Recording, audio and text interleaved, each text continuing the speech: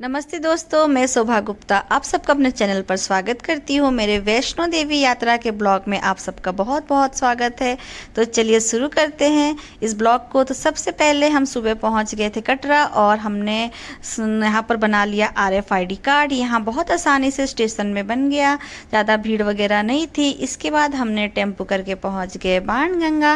बाणगंगा में हो रही थी बारिश, तो हमें यहाँ पर ख़रीदना पड़ गया रेनकोट। बहुत ही आसानी से मिल जाता है। बहुत ही लोग यहाँ पर 50 रुपीज़ में एक रेनकोट यहाँ पर बेच रहे थे। तो हमने बच्चों के लिए और मेरी सासू माँ के लिए ले लिया रेनकोट और इन्हें पहना दिया, क्योंकि बारिश में अगर भीग जाएंगे तो ठंड लग जाएगी। इसीलिए यहाँ पर हम इन्हें पहनाकर अपनी यात्रा की करेंगे शुरुआत। बच्चों के लिए मैंने कर लिया था, बच्चों की जो गाड़ियाँ मिलती है उसमें मैंने उन्हें बिठा दिया, क्योंकि वो इतनी चढ़ाई नहीं चढ़ पाएंगे। तो सबसे पहले यहाँ बाणगंगा में होता है एक चेक पोस्ट है, यहाँ पर होती है चेकिंग। सबकी चेकिंग होने के बाद हमने आगे चढ़ाई शुरू कर ली और इस तरह से दोनों तरफ आते हैं बहुत ही प्यारे प्यारे दुकानें, फ़ोटो स्टूडियो। जिनको फ़ोटो खिंचवाना होता है तो वो खिंचवा सकते हैं, और साथ ही आपको नीचे घोड़े, पालकी वगैरह भी मिल जाते हैं। तो जिन्हें अगर पालकी और घोड़ा जाना है तो वो ले सकते हैं। मैंने बच्चों की सिर्फ गाड़ियाँ करी और मैं उन्हीं के साथ चलने लगी चढ़ाई। और यहाँ पर बीच बीच में हम ले रहे थे रेस्ट और पी रहे थे कुछ कुछ पानी वगैरह, फ्रूटी, क्योंकि हमारे बॉडी में एनर्जी भी होनी चाहिए। और यहाँ मेरे बच्चों को मैं थोड़ा सा बोल रही हूँ कि तुम भी चल लो, तो वो यूँ चल रहे हैं। बहुत इंजॉय किया। और अब हम यहाँ पे अर्धकुमारी के पास पहुँच गए हैं।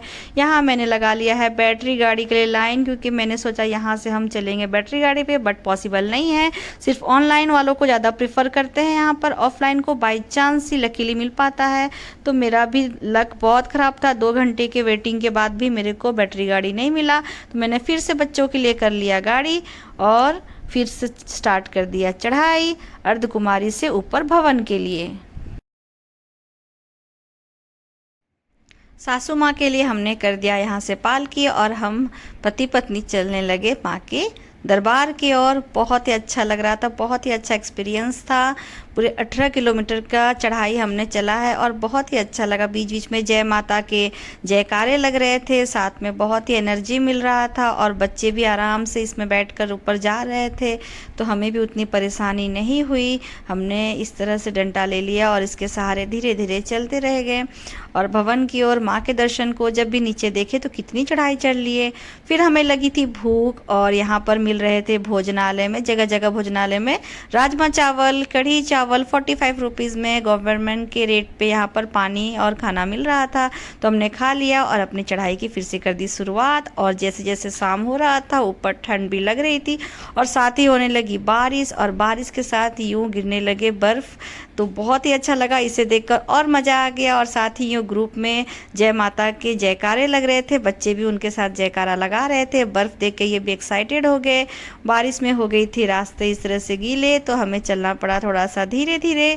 और जैसे ही आगे चले तो हमें दिख गया भवन, और भवन देखने के बाद तो बहुत ही खुशी लगा कि हम पहुंच गए हैं। अब हमें दिख रहा है माँ का दरबार, माँ का भवन।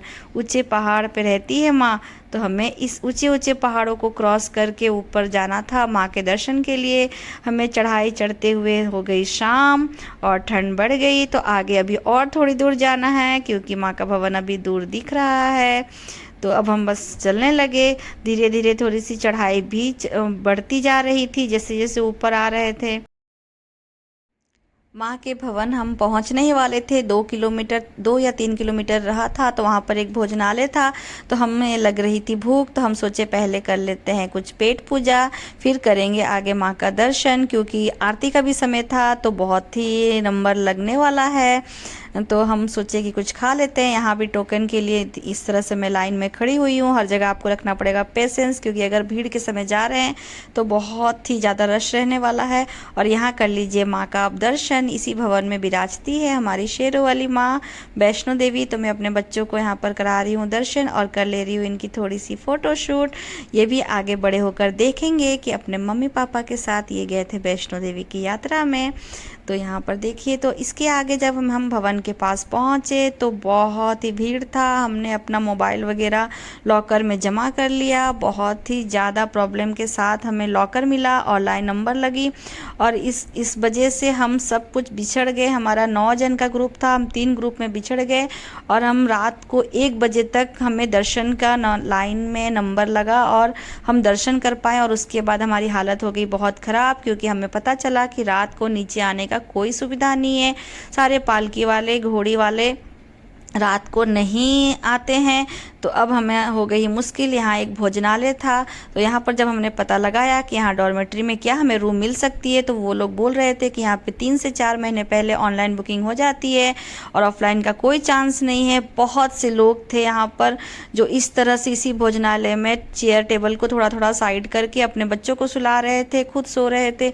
तो मुझे भी ऐसा करना पड़ा। कंबल की हो गई थी यहाँ पे मारा मारी। मेरे हस्बैंड ने बहुत मुश्किल से 2 कंबल का प्रबंध कर पाए, वो भी भींगी हुई थी, तो उस पर मैंने शॉल बिछाकर अपने बच्चों को सुला लिया। और रात भर में और मेरे पति बस बैठे रहे सुबह होने के इंतज़ार में। ठंड बहुत ही ज़्यादा थी और सबसे ज़्यादा दया लग रहा था कि बुजुर्ग और बच्चे बहुत ही परेशान हो रहे थे। यहाँ पर कुछ लोग तो शौचालय के आगे सोने के लिए और बाहर ठंड में रास्ते पे सोने पे मजबूर हो रहे थे, क्योंकि धीरे धीरे ये भोजनालय भी भरता है जा रहा था।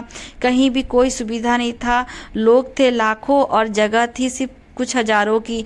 तो ये बहुत ही मुश्किल था और ये रात में कभी नहीं भूल पाऊंगी किस तरह से मैंने ये रात काटा है। तो आप जब भी जाइए तो प्लीज़ वहाँ पे रूम बुक करा लीजिए। तो हो गया था सुबह, और जैसे ही सुबह हुआ मैं भैरवनाथ की चढ़ाई नहीं चढ़ पाई क्योंकि बच्चों की हो रही थी तबीयत ख़राब। तो हमने पालकी किया और पालकी करके हम नीचे आ गए कटरा में, और दिन भर के हमने रेस्ट। और रात को हम गए कटरा मार्केट घूमने। हमें लेना था थोड़ा सा प्रसाद वगैरह, ड्राई फ्रूट्स। तो इस तरह से यहाँ पर दुकानें लगी हुई थी, मैंने थोड़ा सा कर लिया शूट। तो आप भी जाइए तो ज़रूर कटरा मार्केट घूमिए, बहुत सारे ऑप्शंस हैं यहाँ पे शॉपिंग करने के लिए। तो यहाँ से ले लिया हमने प्रसाद माँ वैष्णो देवी के। तो उम्मीद करती हूँ आप सबको मेरा ये छोटा सा मिनी ब्लॉग अच्छा लगा हो वैष्णो देवी यात्रा का।